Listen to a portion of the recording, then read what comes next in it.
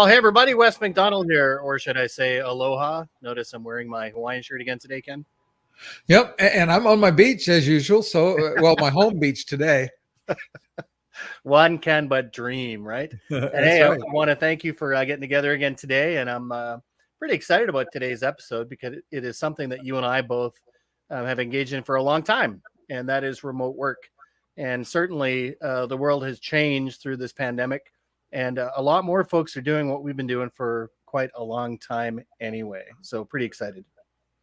Yeah, it'll be an interesting discussion because there are so many changes in the workforce now. I was working with a dealer yesterday, and we were talking about the challenge of hiring and what people are looking for. And people are not, especially on the technical side, there's not a lot of people out running around saying, I want to come to the office and then go out and do calls all day and go back to the office. And that's not it's not something people are really looking for. And it's affecting all the dealers in our industry.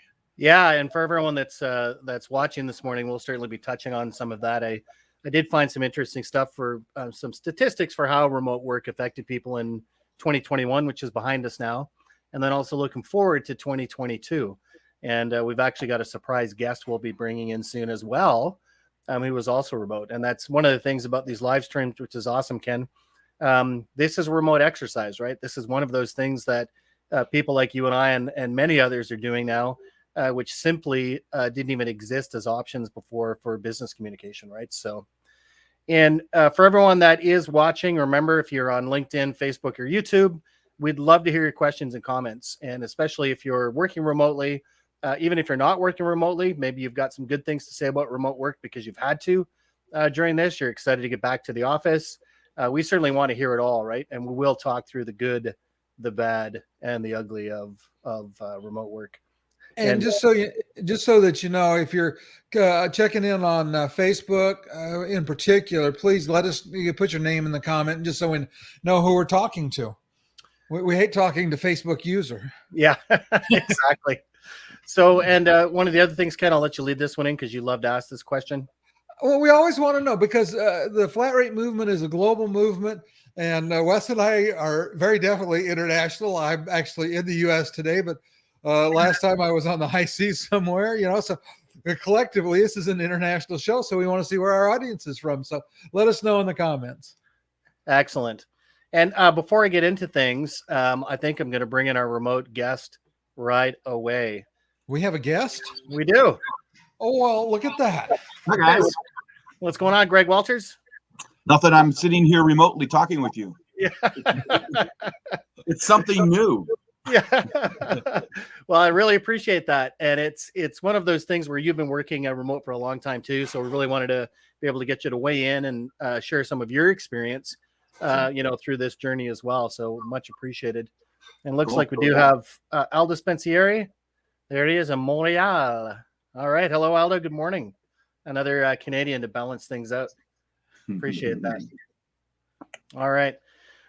One of the things, before I bring them up, I'm going to get into some remote work statistics for 2021, and then we'll look at, some trends and stuff that people are seeing for 2022. But before we go there, maybe we can actually just take some time ourselves and talk about some of the things that we saw, happen in 2021, right? And, I know starting for myself that, as you know, I'm the chief noisemaker at Tiger Paw Software, and I've been remote for them, since I've started working for them.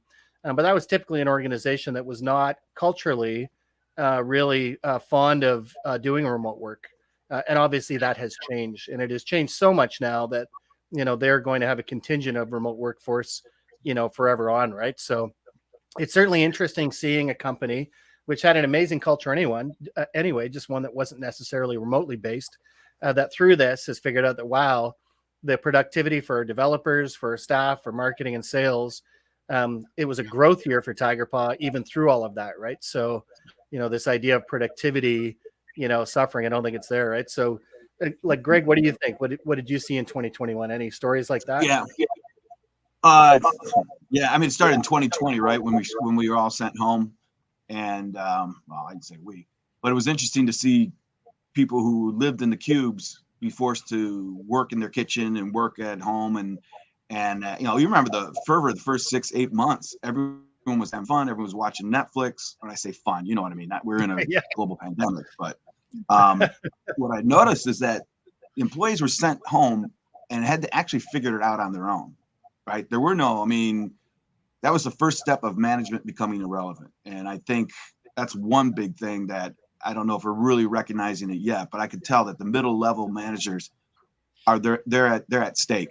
What's happened is the productivity has gone up, which didn't surprise me at all. I mean, and then you'll see articles about work-life balance. There never really was anything. There was no such thing. There was just life, right? So I think people started to recognize that. Obviously, you know, all the soccer games they missed, all the football games they missed, all the stuff with their kids they missed. And all of a sudden they're petting the dog, but they're still doing business and getting their jobs done. And they didn't have an 8 o'clock in the morning meeting on Monday and a 4:30 meeting in the office on Friday afternoon. Now, whose model is that?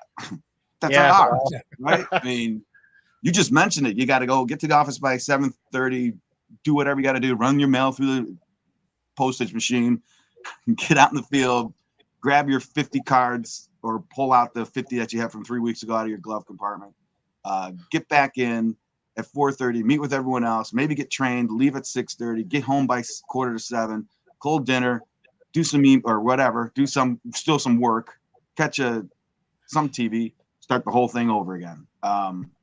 That's what I noticed. People broke that cycle, and that's one thing. And then management and corporate management are panicking. That's when they try to get everyone back in the office. They're losing quote unquote control. They can't do walk around management. You can't, you know, I looked at it almost as, take it for what it's worth, is they were the plantation. They were the guys on the horse while everyone else was out in the field. Yeah.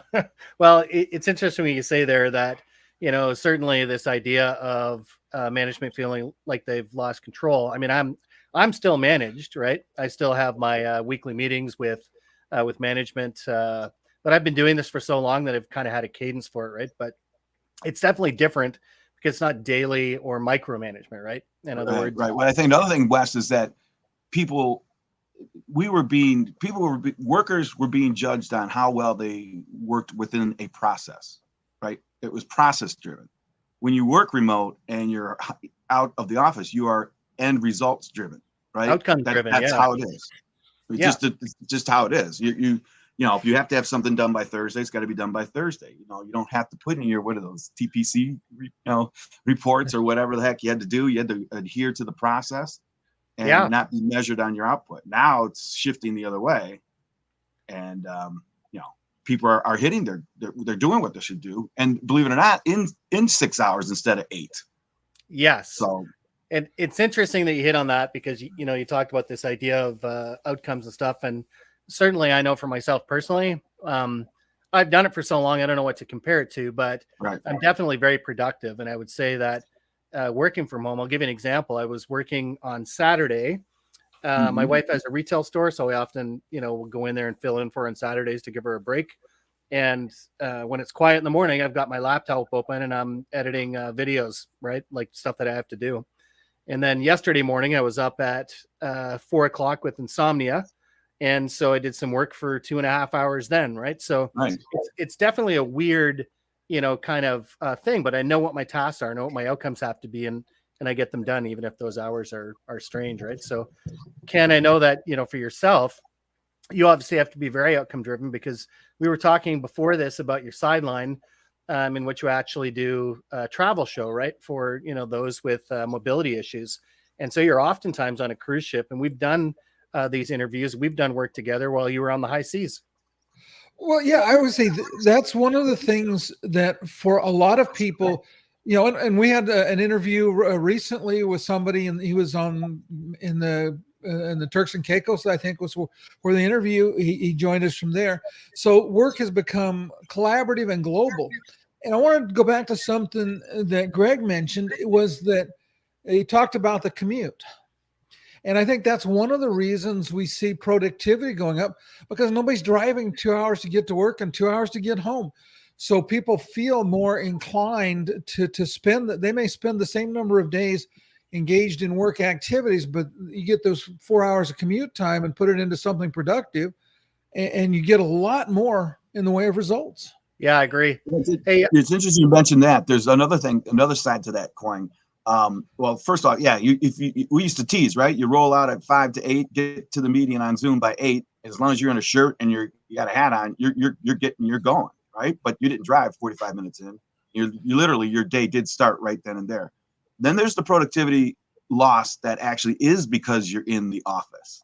And I hear people say, well, we collaborate more because we have those water fountain or conversations, right? Sure.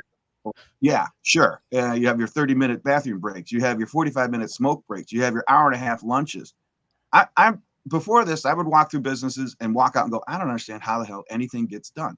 We got people moving paper from one side of their desk to the other, or having corporate luncheons and corporate donut things and coffee. And I mean, I know those things are nice. They're not really nice. Those are, what are they, velvet handcuffs.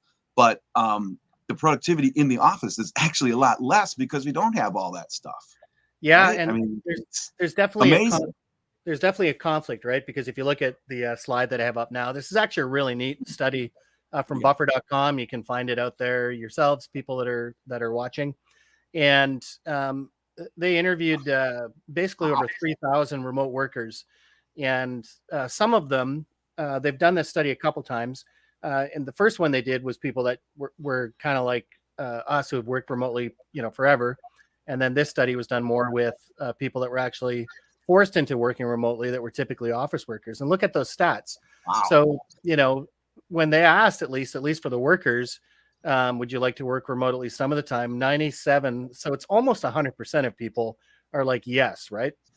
So when we're looking at, getting back to some kind of new normal, that's a whole other conversation, I guess. But, if there's a conflict between trying to get people back full time and not allowing some kind of remote work, this stat would, at least in my mind, let people know we got to have some consideration for that. Right.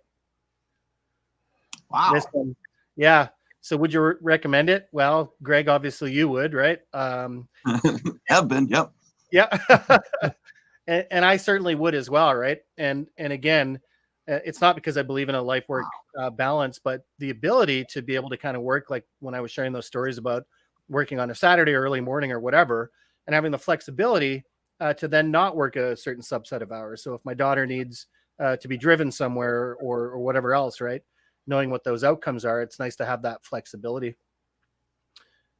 The biggest benefit you see, look at that. So as we're talking about that ability to have a flexible schedule, right? So 32%, said that was one of their, their biggest. The other one is the flexibility to work from anywhere. I struggle with this one a bit because even though I have that ability work-wise, if you have a thing called kids, you don't get to work from anywhere. I digress, right? And Greg, as you were talking about, 22%, for not having to commute, right? That was That's pretty big. It is pretty big.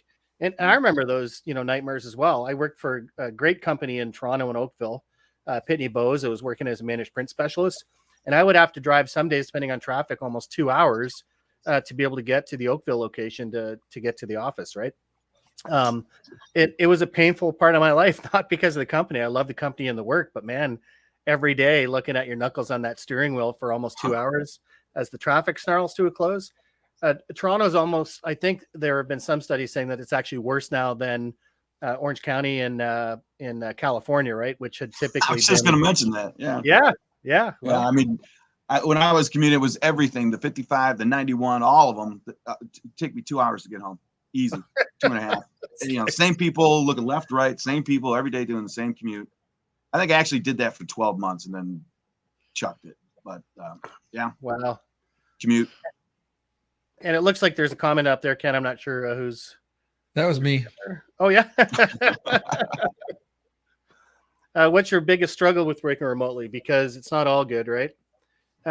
There's an interesting one. Right at the top of the list is not being able to unplug, right? Yeah. Well, that'll change. People will get used to it. It's different, and it's almost the comment that corporations say about working ruins our corporate culture. Well, not if working remote is part of the corporate culture. Right. I mean, it's going to have to shift. It's going to have to change.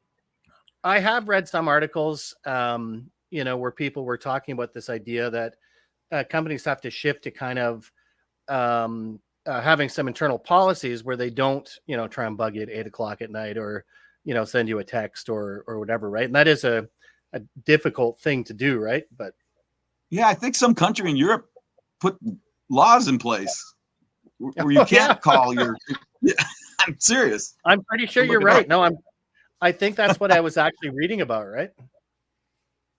And let's see, Aldo, what does Aldo have to say to us? It certainly requires discipline for some workers to actually work and for others not to work. Yeah, there's an interesting perspective, right? Yeah, both sides. Yeah. And we've got OJ Coleman coming in. Says managers have always worked after hours. It's true. Yeah, actually, that's an interesting perspective. That management has typically always worked, longer hours. Now, non-managers have no problem doing so. They realize the benefit for remote working, continue to be more productive with a better quality of life. And I do like, that idea. And I would certainly say, I mean, the first job experience that I had where I worked remote, it was kind of a do or die thing, right? So I was working for a company in Ottawa, and my wife did not like it there at all. We didn't really feel like it was the place for us, and I had to go to the company and say, "Hey, look, we got to go. Like, I gotta make sure that the home life is happy, and we can't be here." And initially, they had said, "Well, then good luck with your next career opportunity." And then came back to me a couple of days later and said, what are we thinking? No, of course, we'll figure it out. Right. And that was a long time ago, guys. Like, that was before, remote work was really a thing. So it's no reflection on the company I worked for. It just wasn't done. Right. But that's how I got started in remote work. What about you, Ken? Well, I got really started when I worked for the manufacturers because I supported dealers and worked out of a home office entirely, and so I did a lot of that. We didn't use Zoom and the tools we have now. And I wanted to make this because you mentioned there about the disconnecting. Yeah. And I didn't realize how bad I am at that until I was on a cruise this last week with some friends. And the idea was going to be a vacation cruise. At the end of the cruise, I asked some of the friends if they wanted to go again maybe next year. And one of the ladies who was with us said, "Well, Ken, if you're not going to stop working while you're on the cruise," and I thought I hadn't done much work, but to her perspective, I worked the whole cruise. And so you get in that, especially when you're self-employed, it's much worse. Is you get into that mode of, you're always working. And I think that that's been a challenge for people that have just started working remotely because it's so easy. Well, I can just get this project knocked out and I can do this. So it is a challenge to maintain the balance, but in most cases, the company is way ahead. I know when I worked for Sharp, I worked a lot more hours than I would have worked if I'd have gone to the office. And I will say that the three of us are a little skewed towards obviously favoring remote work because we've done it so long. And I don't think any of us could ever go back to an office, right? Like, it's, yeah. Look at this one, eh? So how many people are working remotely because of COVID? It's interesting. Oh, wow. The respondents. Yeah. I thought it would have been more. I thought it would have been more people that were forced, like, maybe like a 75% split, that are working remotely because of that. So I'm quite surprised. So it means that obviously, well, actually, Greg, you brought it up earlier. This was started in 2020, right? That, maybe these are a little skewed for that. I'm surprised by it anyway. Okay, here's the big one. This is where the conflict's going to come in, right? Is your company planning on permanently allowing remote work? Well, look at that, though. That's a pretty strong contingent. 46% saying yes. 38% are on the fence.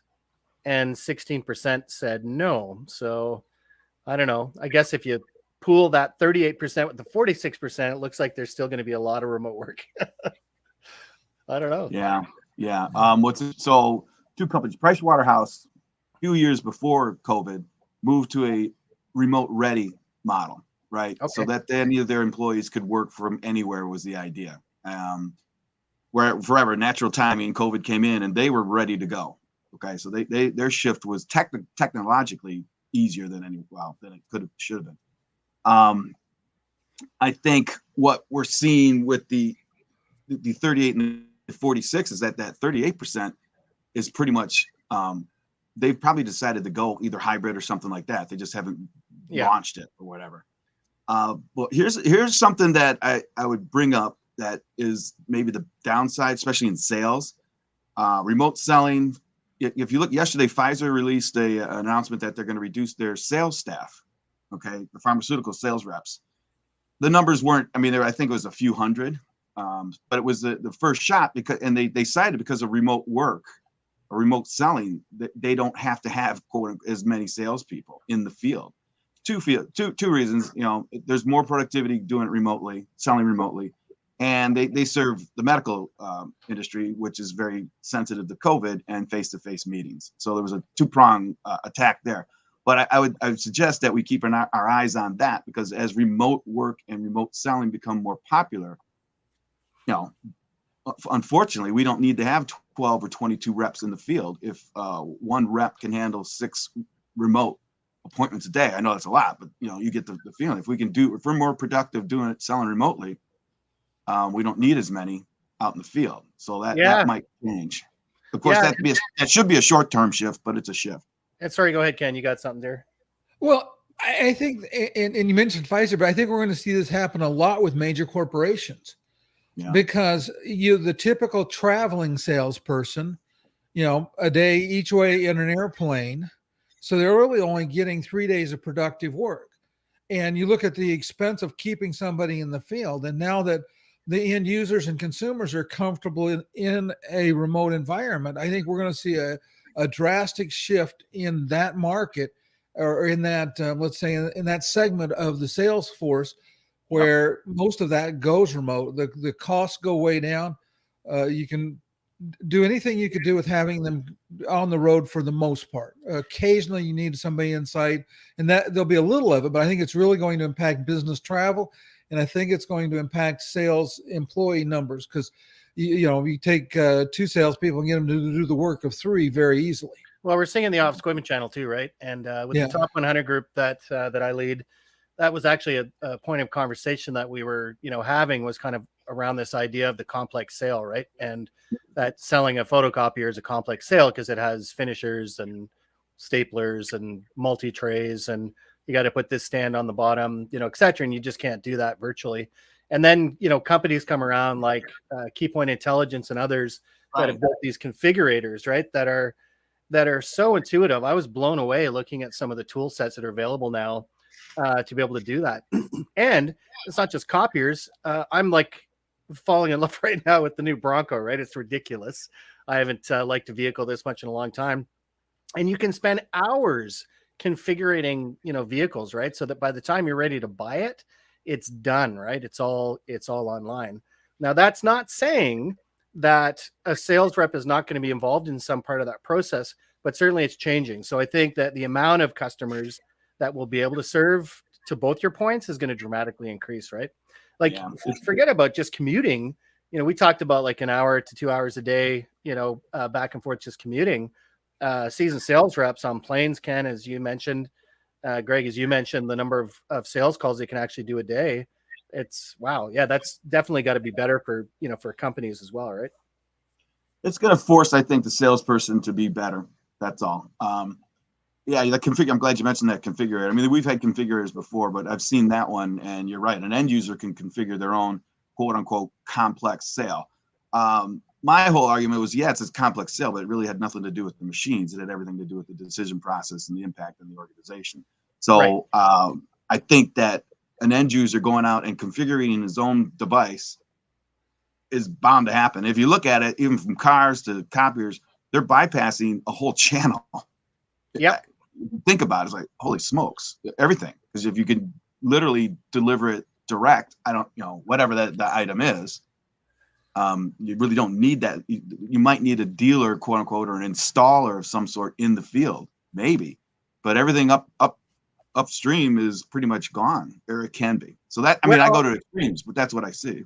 I know that they'll have, more, right? Because believe me, a sales rep's already been in touch with me, right? Once I was done the configuration, it is still tied into the sales process. And so we've had conversations, right? So now you're starting to talk about financing options or different things, or have you considered this, or we don't have this one here, maybe we can get one from from a nearby town, right? Like there's definitely room for that, sales rep and that, like in that complex sale. But Well, I got I'd caution you, Wes, because he's solving challenges that are process related, financing, availability, supply chain, things like that. And I understand you need to guide through those realities, but Not those forever. are just problems. Those are just problems ready to Yeah. be solved by automation and all that other stuff. So, oh no, I don't disagree that that's going to be a natural part of that process, right? And truth be told, I could probably, this is probably just my age speaking, right?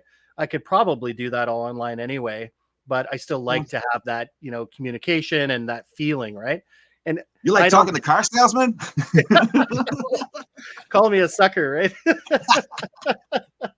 Yeah, I actually do. Yeah, I gotta have the right. I gotta have the right car salesperson, right? Like they have to be very passionate about it. So when I ask about how much low end torque there is in each of the models, I want an instant response for sure. Oh, but I digress. Interesting. What has changed the most about work now that you work remotely? And it's like what we're doing right now, this idea of collaboration and communication, right? And I know that, even for some that have left comments and stuff, when we collaborate, just like we're doing now, we get to see each other, we get to talk, etc. That certainly has changed. I don't suffer from Zoom fatigue as much as I think some people do, because it's typically not just set up in, like a meeting with 10 other people, right? They're usually kind of these more intimate one-on-ones. They're typically shorter. So the meetings can be like 20 minutes versus, a full hour, which in the office has been, typical, right? And how about you guys? I think they're trying to duplicate the real world meetings on Zoom, when in reality, just like everything else, you squeeze a lot of productivity out of a Zoom session versus there's no greeting, there's no, again, coffee, there's no donuts, there's no chit chat. Right. You can literally get to the point and then move on, which is good, but it may not be ideal for some meetings. But yeah, but I think for most it's 45. I think for most it is, though, right? Yeah. Here's one they asked: would you like to work remotely at least some of the time for the rest of your career? Oh, and look at that. Holy cow. I know. I didn't expect that to be that high, because I do hear people, talking about the fact that they can't wait to get back to the office, right? And so look at that. That's something. Well, I want to say this. I think a lot of people would like to go back to the office every once in a while. I think if that question was asked differently, what do you think about, or would you like to remove? Well, you said at least some of the time, so the question's okay. But I think most people love the hybrid environment. So we go into the office if we have a reason to be there. But other than that, we get out and get our work done. One of the things I beat on service managers when I teach class is the worst thing in the world to have all of your technicians show up at the office at 8:00, because you're going to lose 8 hours of if you had 8 techs, you lose 8 hours of productive time, because everybody's going to hang around for at least an hour chatting. Yeah, it's interesting. And I know, like I said, we're biased because we have, worked remotely for so long, right?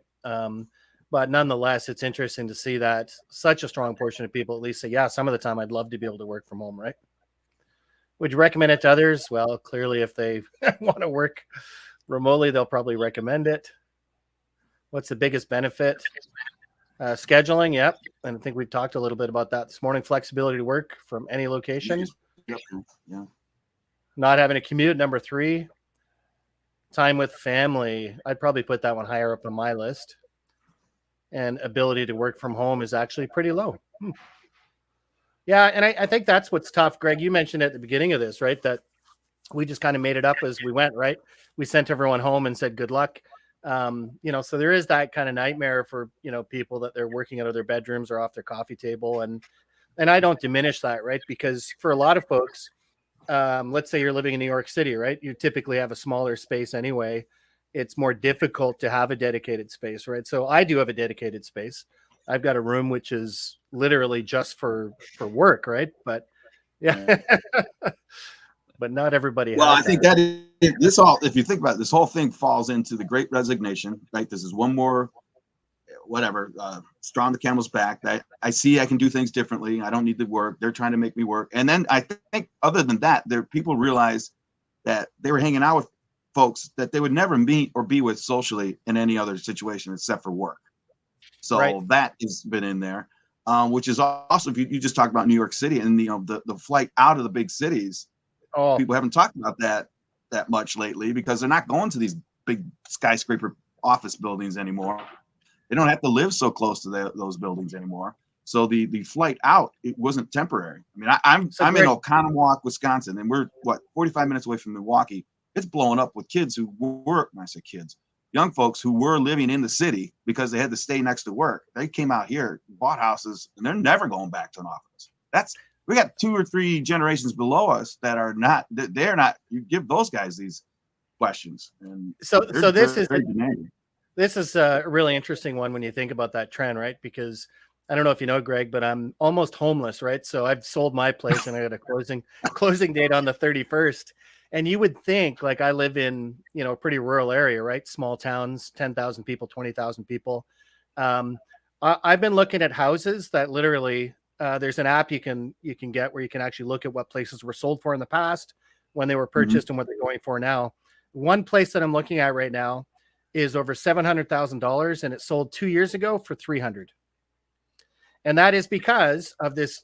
It's literally the city moving into the country, right? So when you sell a place in Toronto or New York, $700,000 is nothing when you sold your place for 2.5, right?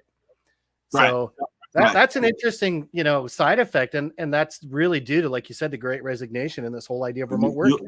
Yeah, and you'll see the cultural centers start to move out too. I mean, that's one of the big reasons people like New York. You've got the great restaurants, you've got the plays, the stage, all that cultural stuff that was there because the workers were there, need to go back to where their audience is. So you might start seeing things like that.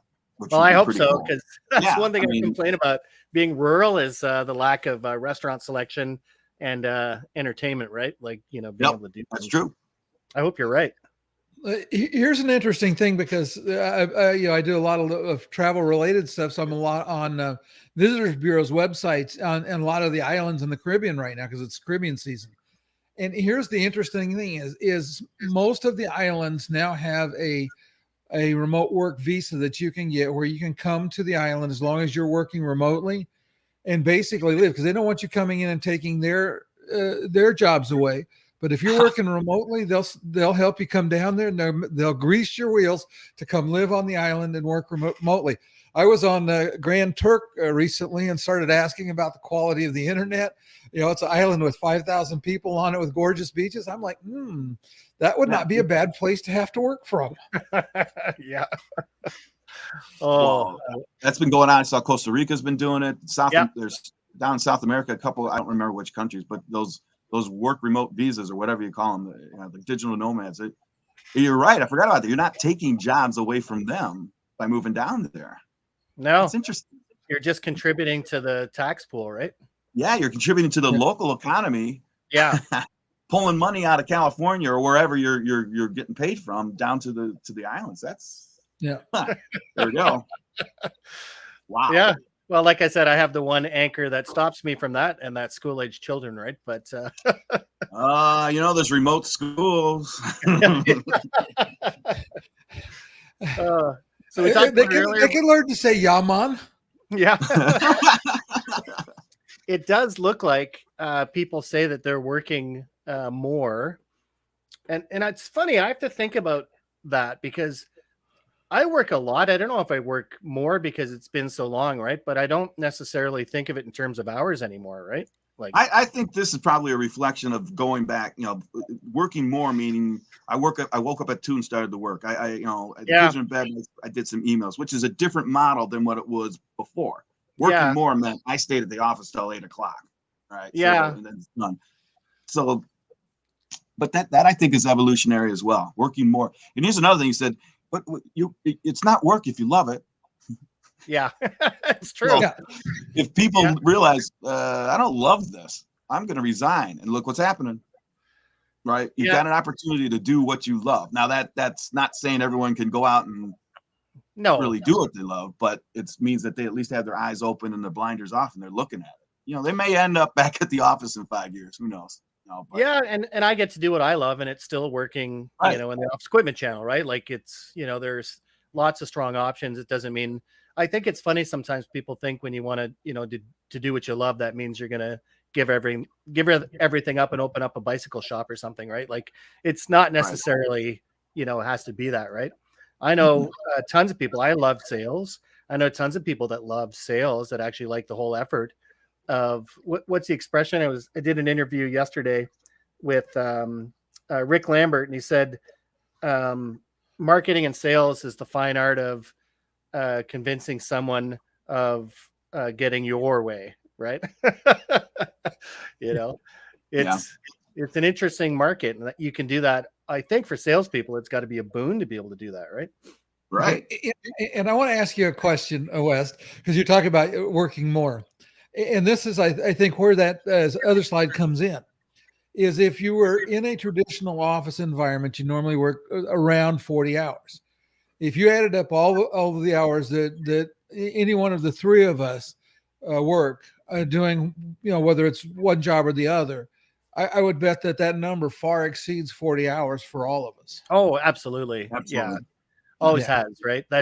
Yeah. I think that is an interesting distinction, is that, and OJ actually brought it up earlier, that if you're in management, there's no such thing as a 40-hour work week, right? Because Right.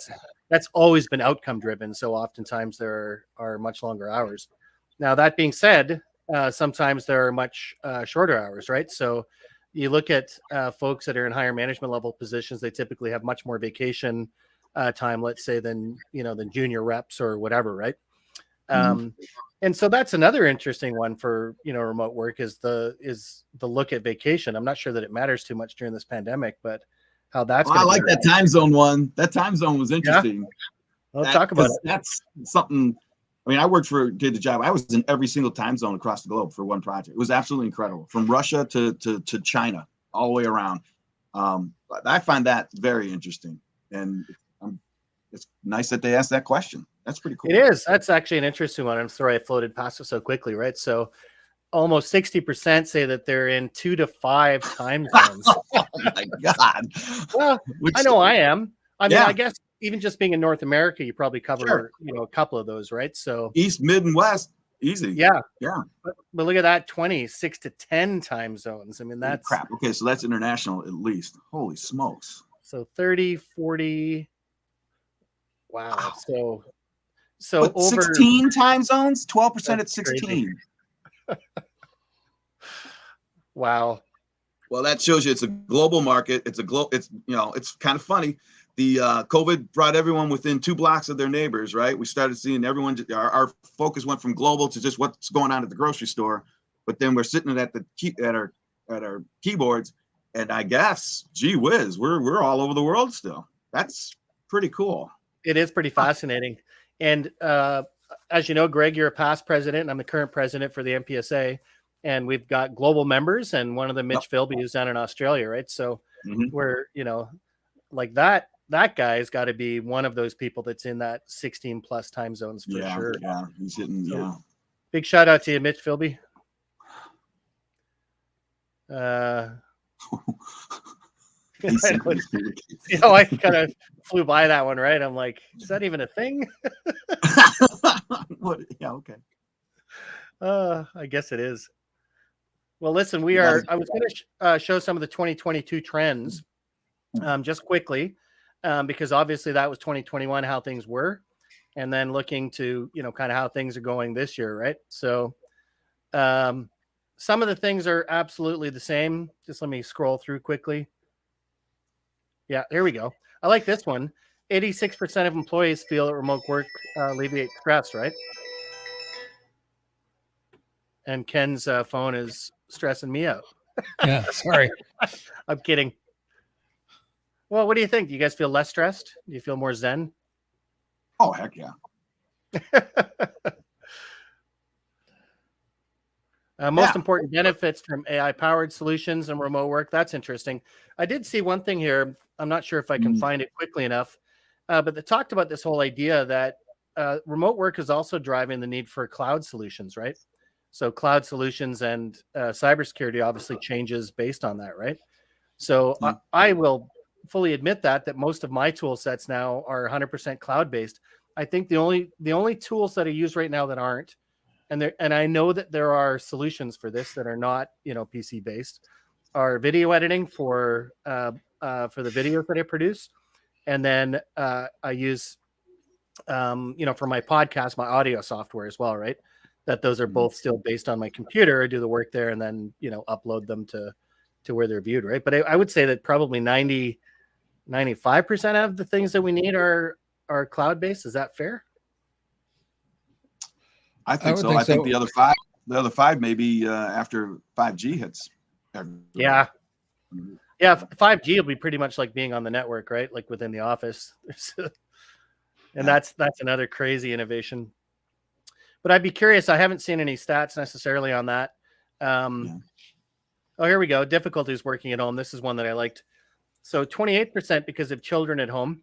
And it doesn't say dogs there, but I will say dogs as well. And you and I both have one of those little monsters that a squirrel goes by or, Amazon comes to the door. They absolutely lose their minds, right? Not until you start your meeting. Yeah, that's right. Not a peep. 26% more meetings than usual. I don't feel that. And 26% not having worked remotely before. Well, that's fair. That is something that's difficult. I'm surprised that's that low. Yeah, I am too, actually. And Alder brought it up earlier in his comment, right? That actually, I'll bring his comment back up, maybe. That it does require a certain type of discipline. And I've heard people say this, that they don't feel that they have the discipline necessarily to work remotely. But I think it's just one of those things that's learned, right? That when you have to do it, you start to figure it out, right? It's like my parents didn't know how to use a calculator. Yeah, and eventually you do, right? Or email. Yeah, I can still remember. This is going back. And I can remember when email first came out because I actually worked for a company called PSINet, and we were selling corporate internet and email and web pages before they were a thing, right? Like this was all still military and university based technologies. Mm-hmm. And I can remember very specifically talking with customers about web pages and email. And of course, the response was, why would I need that, kid? Like, I've got the yellow pages and I got a phone. So I think we're covered. I don't think you need to create this other way of doing things when the ways that we have them work perfectly fine, right? And, fast forward to today. And those days were like Wall Street, man. Like, like the early days of Wall Street. Gangbusters crazy once people caught on to it, right? And it was just a question of time once people started learning how to use them, and once they did, and I think that ability to work remotely is probably the same, right? It's just a question of exposure. Longer hours, not anymore, huh? 1 out of 5 remote workers clocks in an extra 26 hours each month. As a result, remote employees suffer burnout far earlier and much more than their on-site counterparts. And as remote work becomes more prevalent, companies will institute a system to manage remote work hours similar to on-site work arrangements. Well, I mean, if you take a 45-minute commute out, that's quite a, 26 hours. That's nothing. Yeah, Suburbia's Remote Work Central. You talked about that earlier, Greg. Wow. Yeah. Well, we are cutting in on our time here, and I just want to make sure. Oh, we got Jenna Stromaglio. What's Jenna got to say? What's up, Jenna? As someone who has never worked from home before COVID, I don't ever want to go back to a 5-day. All right. Yeah. So Jenna, you're up there in that pool that we talked about, which was that 95 or 96%, which I was shocked by, right? And I appreciate you sharing that because I think it's important. And obviously, like Jenna, I know you work gangbusters, like you are a production machine, right? And so that's interesting that you don't ever want to go back to that. I appreciate you sharing for that. And you're going to love this, Jenna, because we do have another comment from somebody else that you might know. Mr. Stromaglio, great discussion, interesting stuff. I honestly believe we'll never see 100% back. We have all been reconditioned and understand the balance. Well, absolutely. Yeah, I can't thank you guys enough. So Jenna, Mike, good to see you guys on the show as well. I think back to Jenna's question, they're just going to have to deal with it. I mean, the days of hierarchy and command control from top to bottom are, everything's flattening out right now. And when, you know, the new generations aren't asking, they expect it. And it isn't the fact that our, you know, our established folks are going to be so strong at that. He's going to have to look at their competition. So all it's going to take is one dealer or one mega or one in the industry to say, yeah, we're all remote and our salespeople are all remote and we do this, that, and the other thing. Then that'll crack everyone else out of it. And that just isn't the copier industry. That's everyone. You know? Yeah. I mean, yeah. And I think part of that's going to be driven too. I could be wrong, but I think part of it's going to be driven by the fact that, you know, a lot of organizations have made plans to get people back to the office and then had to pull back, you know, the brakes, saying that we're not through this yet, that, you know, we're going to have to be, you know, flexible for more time yet to come. So Greg, I cannot thank you enough for joining us, you know, on the show today. And certainly I know that anyone that's watching, if you don't know Greg already, you can find him on LinkedIn, Greg Walters, and obviously Ken and myself as well. So if you want to talk remote, I'm sure all three of us would be happy to do so in the future. So happy remote working, everybody. And for everyone that's tuned in today, thanks for joining us once again. And it's been great. Thanks for being here, Greg. We always appreciate the audience and those that participate. Thanks. Cool. See everybody next Wednesday. Get out.